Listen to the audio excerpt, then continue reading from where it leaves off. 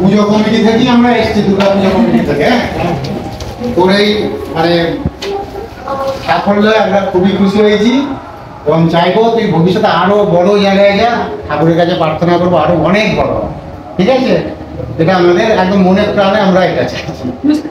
মাধ্যমিকে 10ম স্থান অধিকারী সায়ন্তিকা সামন্তকে সম্বর্ধনা দিলেন গ্রামেরই দুর্গাপূজা কমিটির সদস্যরা। পৌঁছে গেলাম আমরাও। বাংলা খবর ইউটিউব চ্যানেল, আমারই গ্রামের মেয়ে, সেই শুভ মুহূর্তের কিছু কথোপকথন আপনাদের শোনাবো।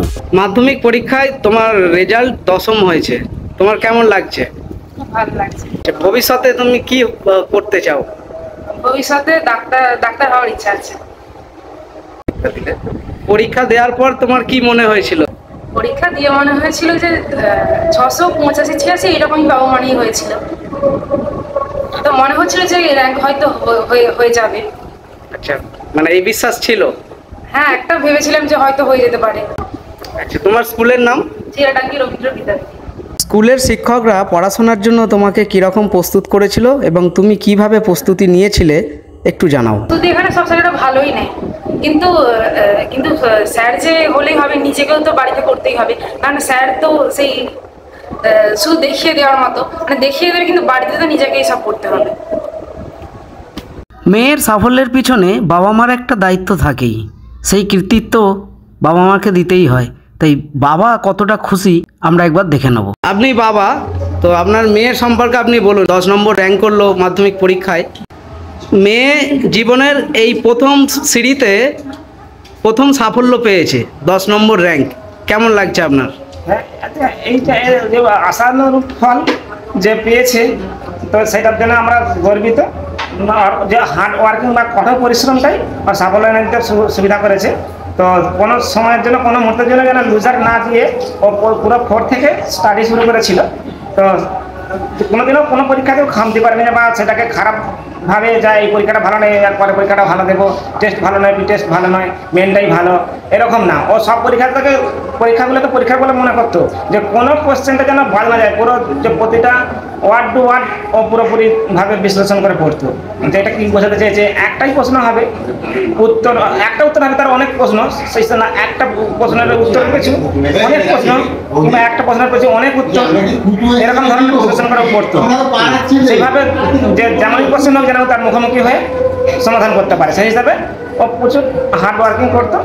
আর যতগুলো, বিশেষ করে প্রতিটা সপ্তাহে ও নিজেই ঘরে পরীক্ষা নিত। আমি বলে দিতাম যে প্রতিটা সাবজেক্ট আর প্রতিটা চ্যাপ্টার যেন নিজের থেকে যত কোশ্চেন হয়, প্রতিটা টেস্ট পেপার থেকে সেই কোশ্চেনগুলো যেন মুখোমুখি হয়, যেন পুরোপুরি সমাধান করতে নিজে পারে।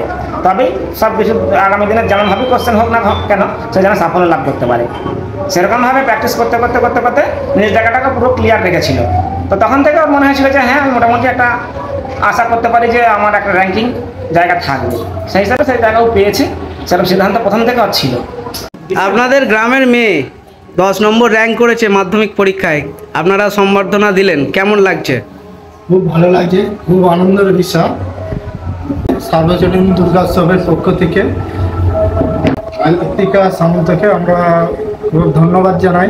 খুব কঠোর পরিশ্রমের মাধ্যমে এই সাফল্য অর্জন করেছে এবং আমাদের চিলাডাঙ্গি যে রবীন্দ্র বিদ্যাপীঠে পড়াশোনা করেছে, হ্যাঁ, সেই মাস্টারমশাইয়ের দিকেও আমরা ধন্যবাদ জানাই যে ওকে ঠিকমতো পরিচালনা করেছে। ওর বাবা মাকেও আমি ধন্যবাদ জানাই যে ওর যে সাফল্যটাকে ওরা কঠিন পরিশ্রম দিয়ে ওরা সাফল্যটাকে তুলে ধরেছে। আর যারা এখনো পড়াশোনা করছে, সামনের বছর মাধ্যমিক দেবে, তাদের জন্য তোমার কি টিপস আছে?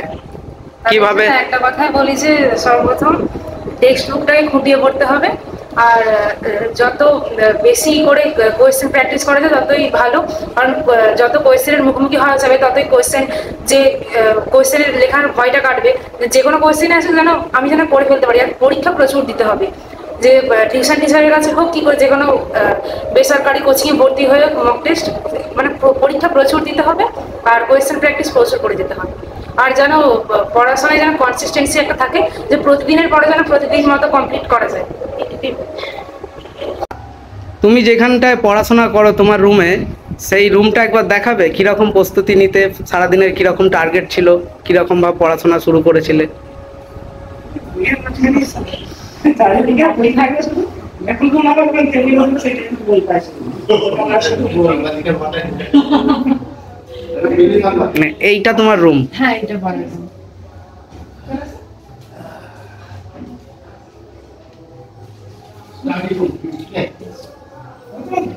ঘরে লাগাই ছিল, আর ভগবান মাঝে মাঝে ছিল, আর চারিদিকে শুধু বই থাকে বাঁধা। সাফল্যটা সেই জন্য না, এত বই পড়ে সাফল্য। লাগাই না। মশারি ঠান্ডা নাই থাকতো, মশারি ভেতরেই খেতে থাকতো। মশারি